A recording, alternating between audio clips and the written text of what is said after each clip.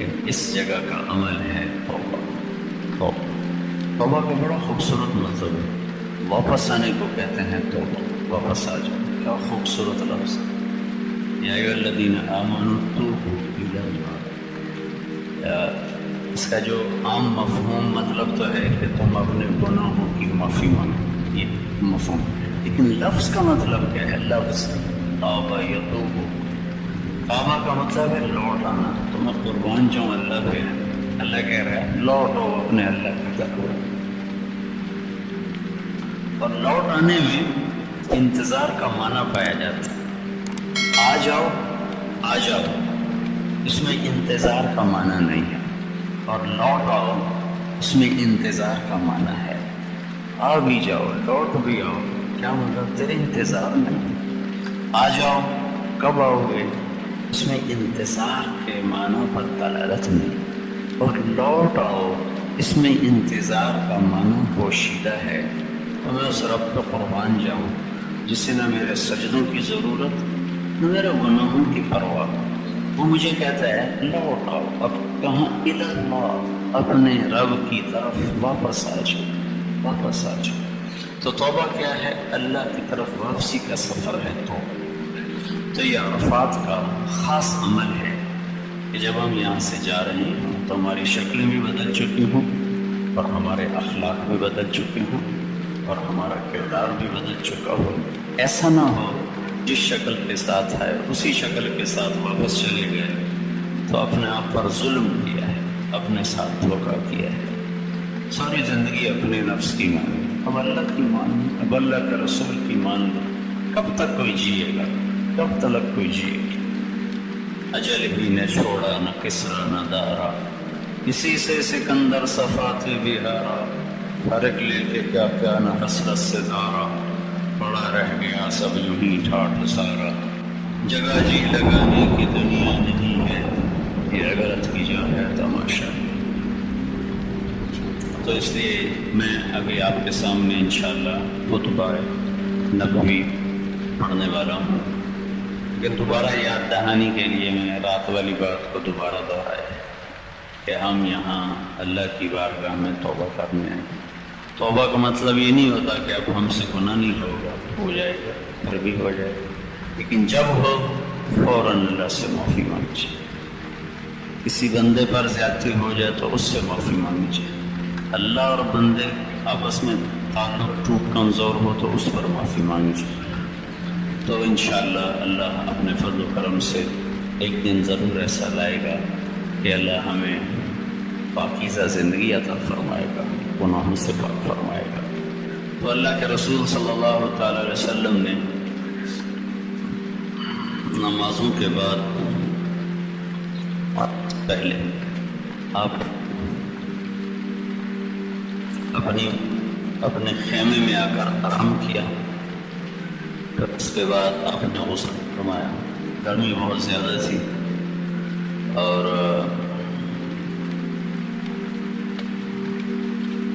April کا مہینہ تھا، شدت کی دھوپ تھی، تو آپ نے غسل فرمایا۔ اس کے بعد اپنی اونٹنی کے تیار کرنے کا حکم دیا، پھر آپ نے خطبہ دیا۔ مختصر ہے، آپ کی تقریر لمبی نہیں ہوتی تھی، مختصر ہوتی تھی۔ آپ نے فرمایا کہ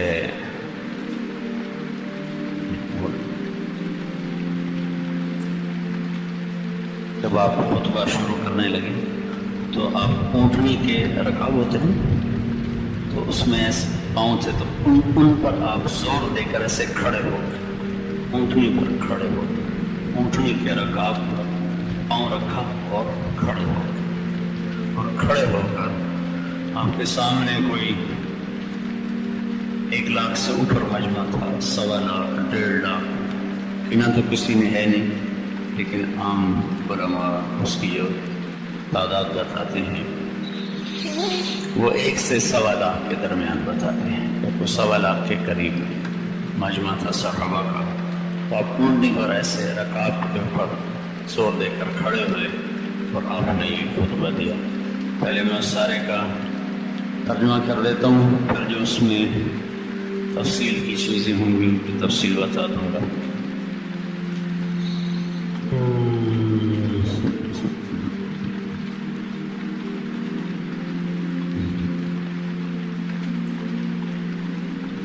دے دو۔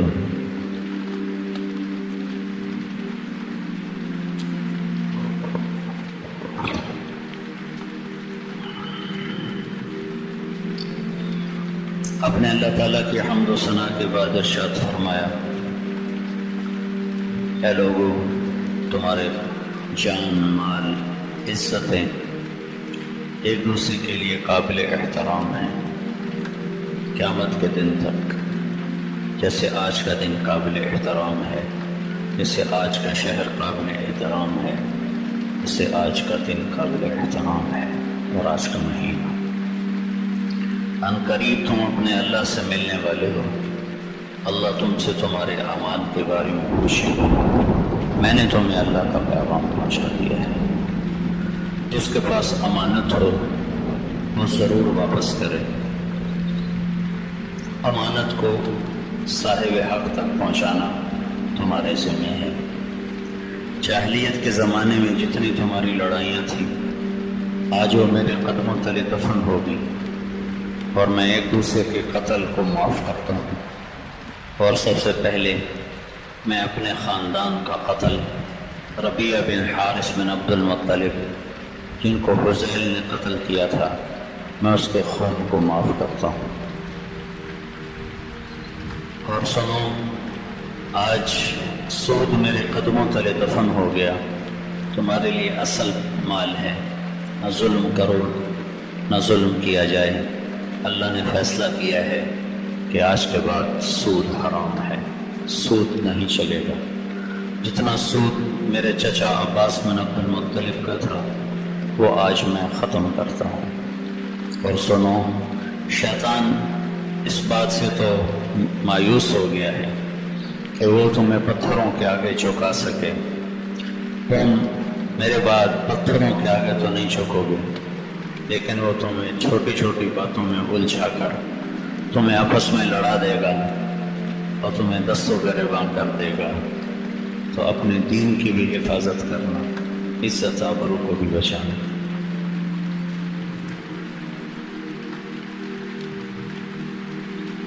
مہینوں میں زیادتی کرنا یہ کفر ہے کہ ایک سال اس کو زیادتی کر، ایک سال اس کو حلال کرتے ہیں، ایک سال اس کو حرام کرتے ہیں، تاکہ اللہ کے بتائے ہوئے مہینوں کے دنوں کو پورا کر سکیں، تو حرام کو حلال کر دیتے ہیں اور حلال کو حرام کر دیتے ہیں۔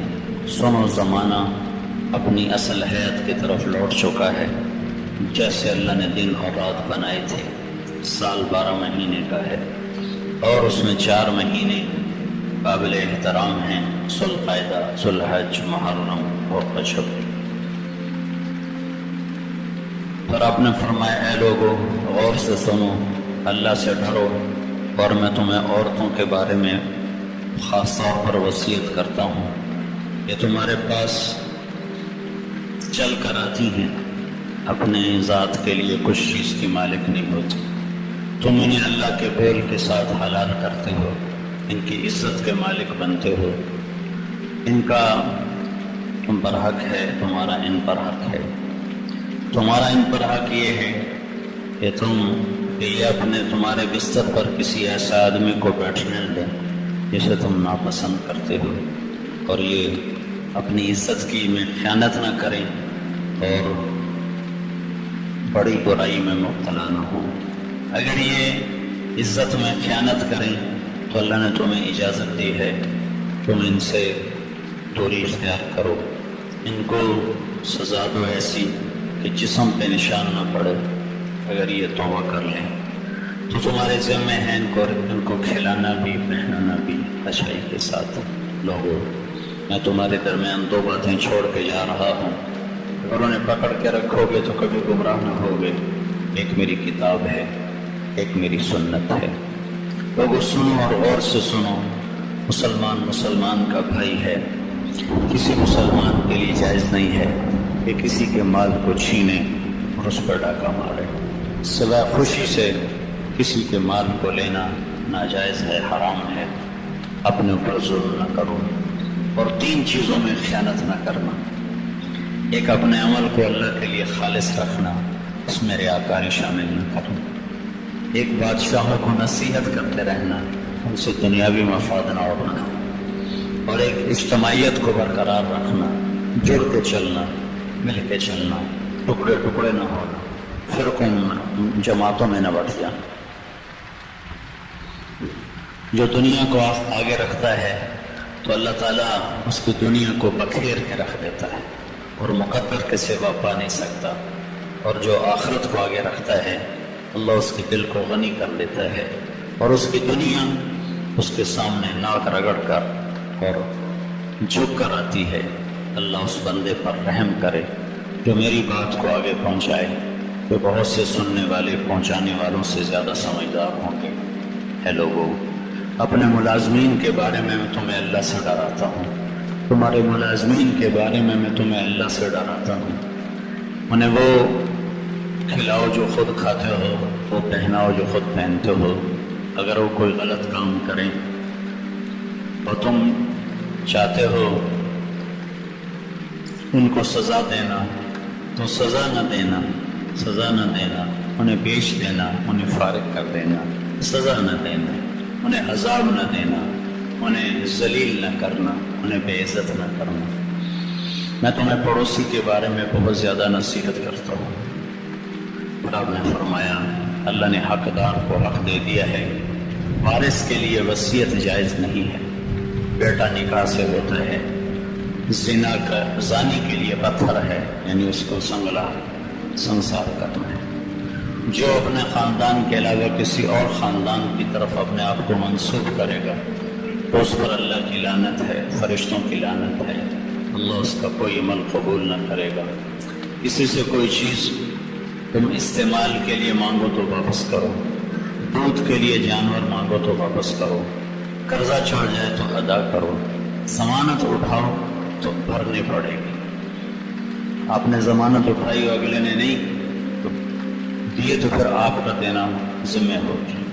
پھر آپ نے فرمایا کفر اور شرک والے سورج غروب ہونے سے پہلے عرفات سے نکل جاتے تھے، ہم ان کے طریقے کی مخالفت کریں گے، ہم نکلیں گے جب سورج غروب ہو جائے گا، یہاں تک کہ اچھی طرح غروب ہو جائے گا، پھر ہم عرفات سے نکلیں گے۔ پھر آپ نے فرمایا ان قریب اللہ تم سے میرے بارے میں پوچھنے والا ہے تو تم کیا جواب دو گے؟ تو صحابہ نے کہا ہم کہیں گے انک بلغت وادیت ونصحت، ہم یہ کہیں گے اے اللہ یا رسول اللہ آپ نے پہنچا دیا، ادا کر دیا، نصیحت کر دی۔ پھر آپ نے انگلی اٹھائی اور کہا اللہم اشہد، اللہم اشہد، اللہم اشہد، 3 دفعہ فرمایا۔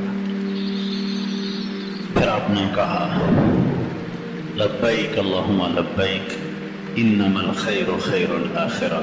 خطبے کے آخر میں آپ نے یہ ارشاد فرمایا، یہ مختصر سا خطبہ ہے، 23 برس کی محنت کے بعد آپ نے زندگی کا نچوڑ بیان کیا ہے، معاملات کو بیان کیا ہے، اخلاق کو بیان کیا ہے، عبادات کو بیان نہیں کیا۔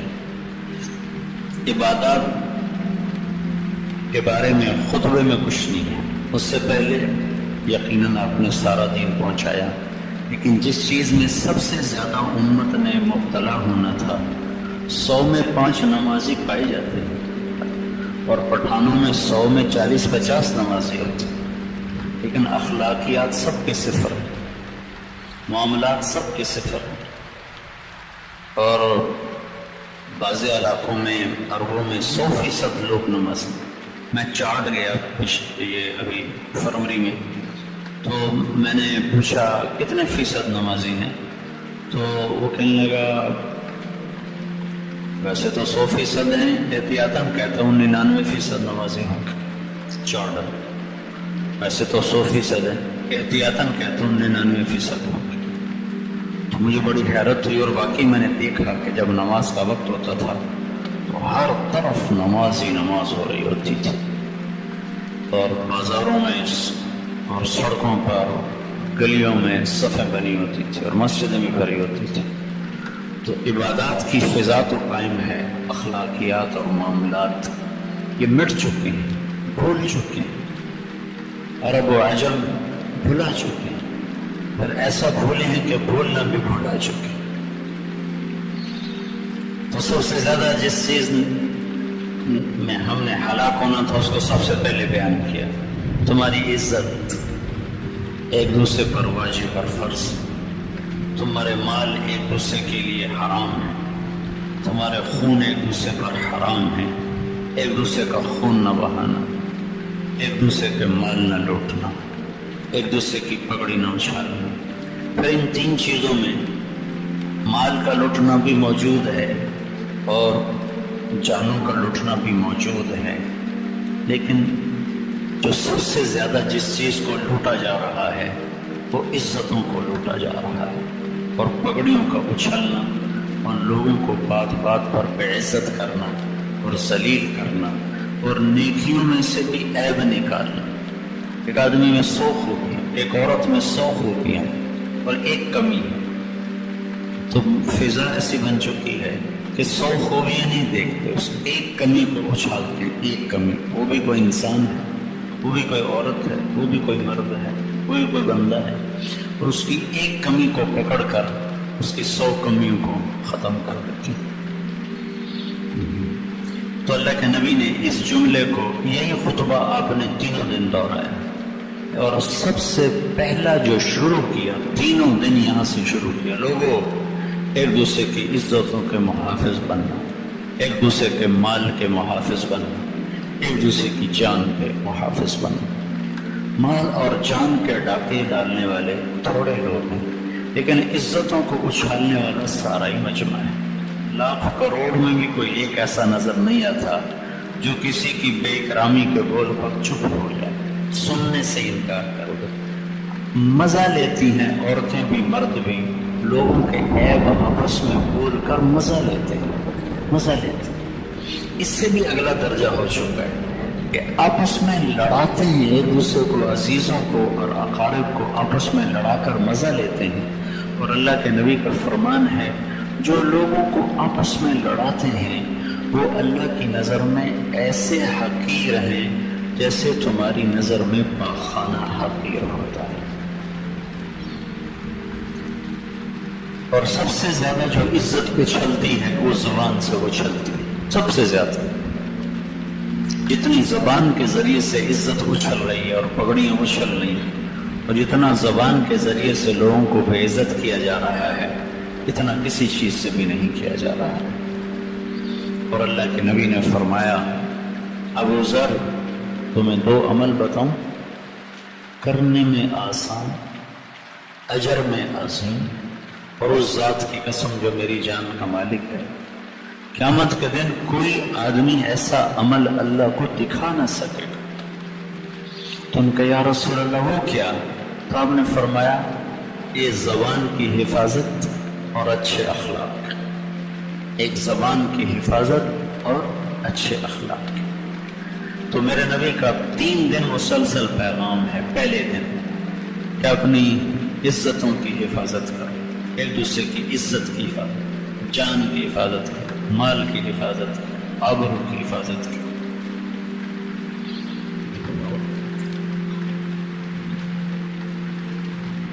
عبداللہ بن مہدی بن رستم 3ری صدی کے بڑے عالم گزرے۔ میں آپ کو ان کا 3ری صدی میں پہاڑوں جیسے راسخ علم والے علماء آئے، تاریخ نے ان کو واضح نہیں کیا، لیکن ایک چھوٹے سے عالم کو واضح کیا ہے ان کے ایک قصے کی وجہ سے۔ یہ بغداد میں ان کی بڑی ہیبت تھی، ان کا تقوی علم بہت بڑا تھا۔ ان کے پاس ایک لڑکی آئی اور کہنے لگی، مجھ سے زنا ہو گیا ہے، میں حاملہ ہوں، اور میں نے آپ کا نام لے دیا کہ میرا ان سے نکاح ہے، میری عزت بچا لو۔ تو وہ کہتے، میں بڑھاپے میں اپنی عزت کیوں خوار کروں؟ جا دفع ہو، جا دفع ہو، تو نے منہ کالا کیا، میرے پاس کیا کرنا، اب میں بڑھاپے میں اپنی عزت تیری وجہ سے خوار کروں؟ تو ان سے کہنے لگے بیٹی گھر بیٹھ جا، تیرے اوپر کوئی حرف نہیں آئے گا، جو آئے گا میرے اوپر آئے گا۔ اور اعلان کر دیا ہمارا نکاح ہے، اور سارے شہر کے تانے سنے، بیٹی سے شادی کر لی، بیٹی جیسی سے نکاح کر لی۔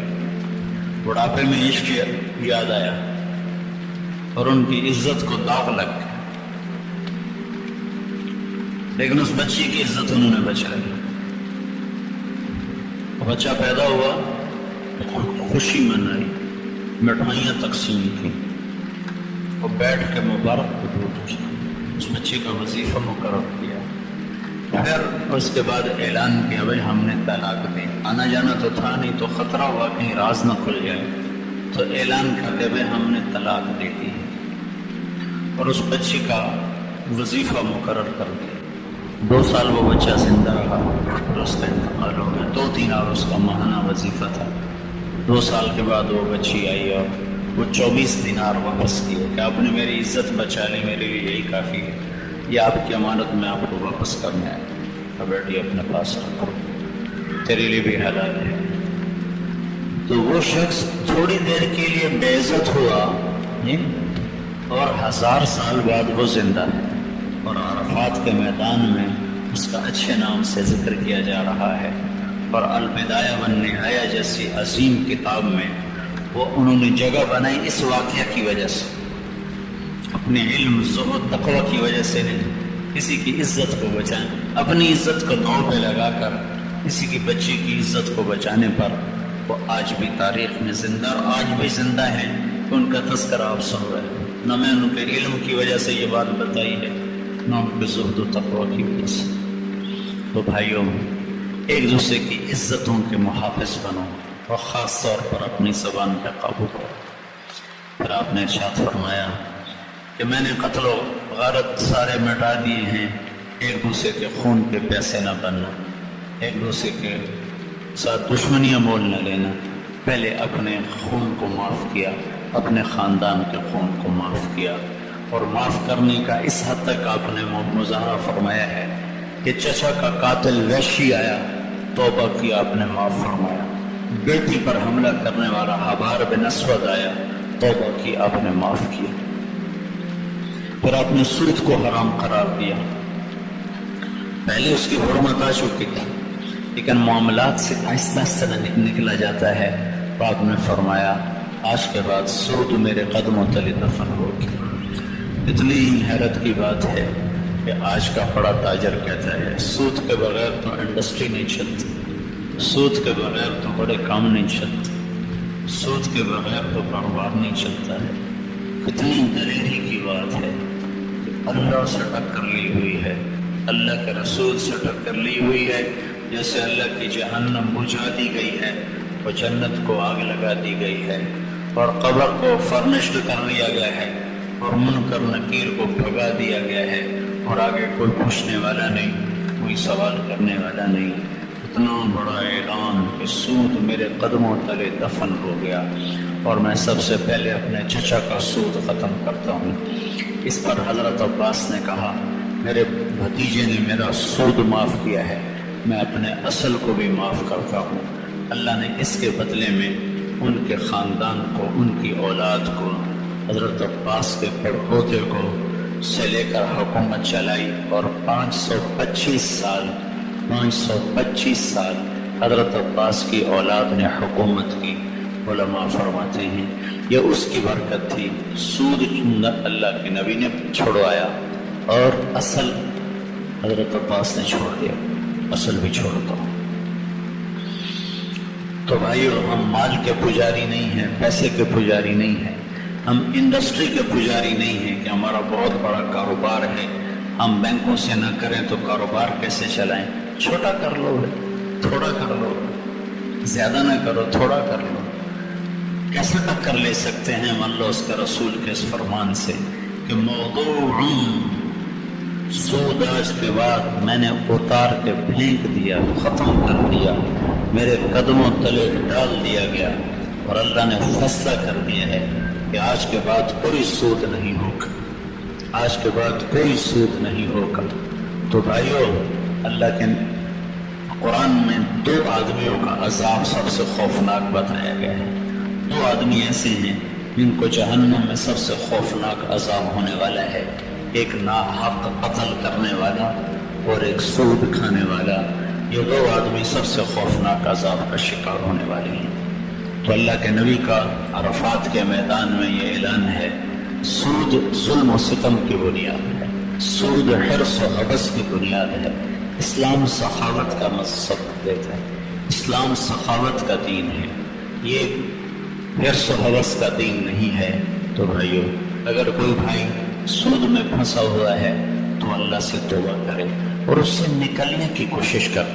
نکلنے کا طریقہ یہ ہے کہ کاروبار بڑھانا بند کر دے، کاروبار کو فل سٹاپ لگا دے. اگر کاروبار بڑھاتا رہے گا تو اگلی نسلیں بھی سود کے اندر پیدا ہوں گی اور سود میں مر جائیں گے اور کبھی نہیں نکل سکیں گے اور ایک دن فقیر ہو کر سڑکوں پہ آ جائیں گے. دوسری سے تیسری نسل سود پہ پنپ نہیں سکتی. تو جتنا کاروبار ہے اس کو وہاں ختم کرو، وہاں اس کو فل سٹاپ لگا دو. اور اللہ نفع دیتا ہے تو سود اتارو، سود اتارو، سود اتارو. اپنے پیسے سے ساری دنیا میں کاروبار کرو، کون سا منع ہے؟ حضرت طلحہ رضی اللہ عنہ کے اس زمانے میں بحری جہاز چلا کرتے تھے جو اشرف میں سے. حضرت عبد الرحمن بن عوف رضی اللہ تعالیٰ عنہ کی اولاد میں سونا تقسیم کرتے کرتے آریاں ٹوٹ گئی. آریاں سونا کاٹتے کاٹتے آریاں ٹوٹ گئی اور وہ ٹاپ 10 صحابہ میں آتے. اور آپ نے کہا عبد الرحمن رحمان کا تاجر ہے. اور انتقال کے وقت 1000 گھوڑے، 10,000 بکریاں، 1000 اونٹ انہوں نے سواریوں کی شکل میں چھوڑا اور 3 ارب 10 کروڑ 20 لاکھ دینار انہوں نے ترکے کی شکل میں چھوڑا. اور زمینیں، جائیدادیں، مکانات الگ تھے. اور اللہ کے نبی نے کہا عبد الرحمن تو رحمان کا تاجر ہے.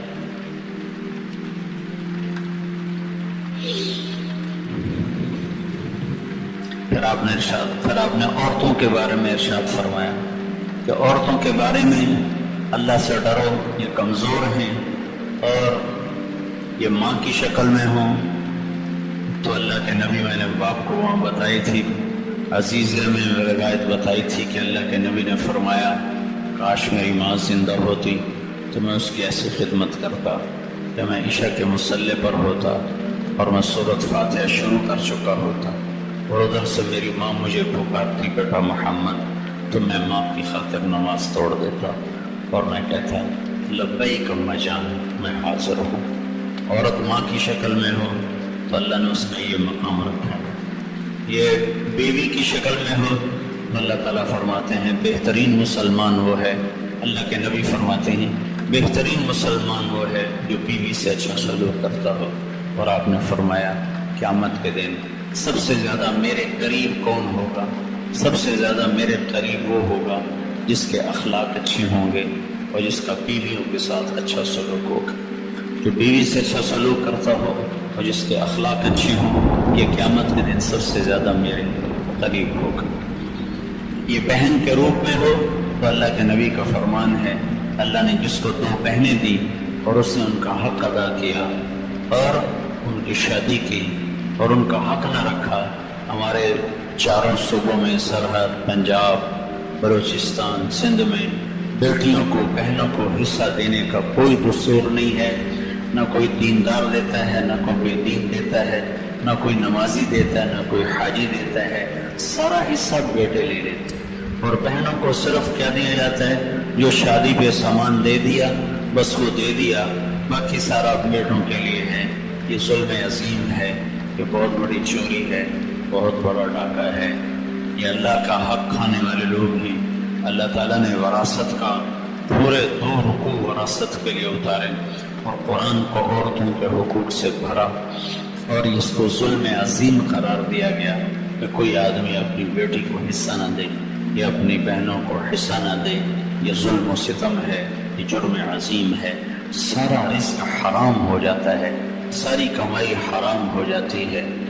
اور اس کے بالمقابل اگر وہ ان کا حق دیتا ہے تو اللہ کے نبی کا فرمان ہے جس کو اللہ نے 2 بہنیں دی، اس نے ان کا حق ادا کیا، ان کی شادی کی، اور شادی کے بعد بھی ان کا خیر خبر لیتا رہا، تو اس پہ جنت واجب ہو جائے گی۔ یہ بیٹیوں کے روپ میں ہو، پانی دینا، پانی ہے، یہ بیٹیوں کے روپ میں ہو تو اللہ کے نبی کا فرمان ہے، جس کو اللہ نے 3 بیٹیاں دی،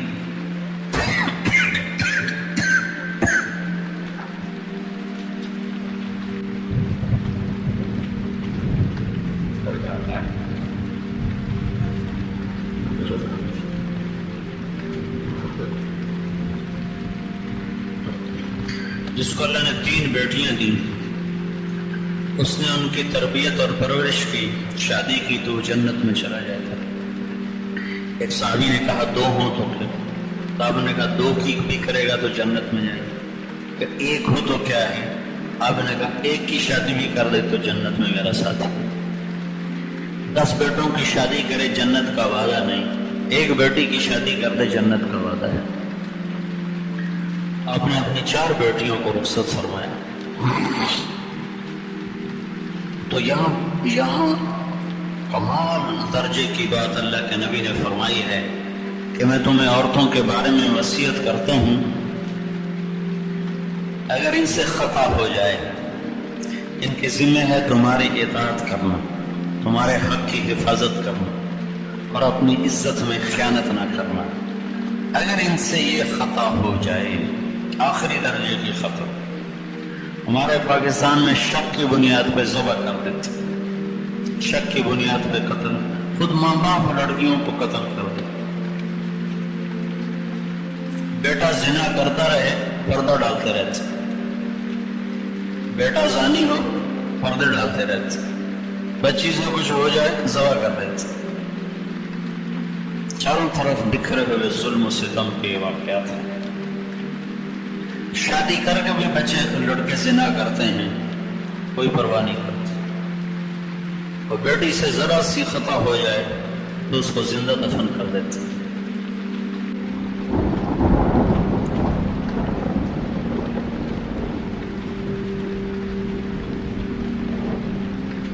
جرم تو دونوں کے لیے برابر ہے، اگر غیرت کا نام ہے تو غیرت تو دونوں کے لیے برابر ہے۔ بیٹا زانی ہو تو ہمارے لیے بے غیرتی نہیں، شادی کر کے بھی بیٹا زنا کر رہا ہو تو ہمارے لیے بے غیرتی کا مقام ہے۔ اس کو قتل کرو، یہ میں نہیں کر رہا ہوں، قتل کر دو۔ مقابلے میں کہہ رہا ہوں، میں بچی سے تو گھر سے قدم نکالا تو اسے قتل کر دیا،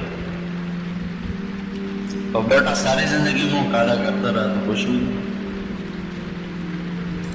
تو اللہ کے نبی کی سنو کیا کہہ رہے ہیں کہ اگر کسی کی عورت سے، بیوی سے یہ برائی ہو جائے، یہ گناہ ہو جائے، آخری درجے کا گناہ ہو جائے، تو اس کو کتنی اجازت ہے؟ اس سے بات نہ کرے، اور کیا ہے؟ اپنا بستر اس سے الگ کر، اور کیا ہے؟ اس کو تھپڑ مار سکتا ہے، پٹائی کر سکتا ہے، اس طرح کہ اس کے جسم پر نشان نہ پڑے۔ اگر وہ توبہ کر لے تو پھر اس کے ساتھ وہ حسن سلوک رکھے اور اس کو اس کا عیب یاد نہ دلائے۔ خود اللہ کے نبی کا واقعہ سناتا ہوں۔ حضرت عائشہ رضی اللہ تعالیٰ عنہ پر گناہ کی تہمت لگ، عبداللہ بن ابی منافق نے صفوان بن معطل کے ساتھ آپ کو ریلیٹ کر دیا اور پورے مدینے میں ہوا چلا دی، اور 1 مہینہ وحی نہیں آئی۔ اللہ کے نبی حیران پریشان کہ پتہ نہیں حقیقت حال کیا ہے، اور سارے مدینے میں اضطراب، اور حضرت عائشہ رضی اللہ تعالیٰ عنہ کا رو رو کے برا حال کہ کوئی اوپر سے وحی آئے تو پتہ چلے کہ صحیح کیا ہے غلط کیا ہے، اور بات پھیل گئی۔ اس کے بیچ میں بات بتا دوں، اللہ کے نبی کا فرمان ہے، نیک عورت پہ تہمت لگانے والا 100 سال کی بندگی کر کے بھی آئے گا تو جہنم میں چلا جائے گا۔ تو عائشہ جیسے رضی اللہ تعالیٰ عنہ جیسی جن کے سینے پر سر رکھے اللہ کے نبی نے جان دی، جن کا گھر آپ کی آرام گاہ بنا، وہ کیسے عظیم ماں ہوگی، ان پہ یہ تہمت لگی ہوئی ہے۔ آخر 1 مہینے کے بعد اللہ کے نبی حضرت عائشہ کے پاس تشریف لائے اور کیا کہا؟ ان کنت قد قارفت فاستغفر اللہ، اے عائشہ اگر تجھ سے قصور واقعی ہو گیا ہے تو تو توبہ کر لے، اللہ معاف کر دے گا۔ اللہ اکبر۔ کیا ظرف ہے، کیا اخلاق ہیں اور کیا درس ہے.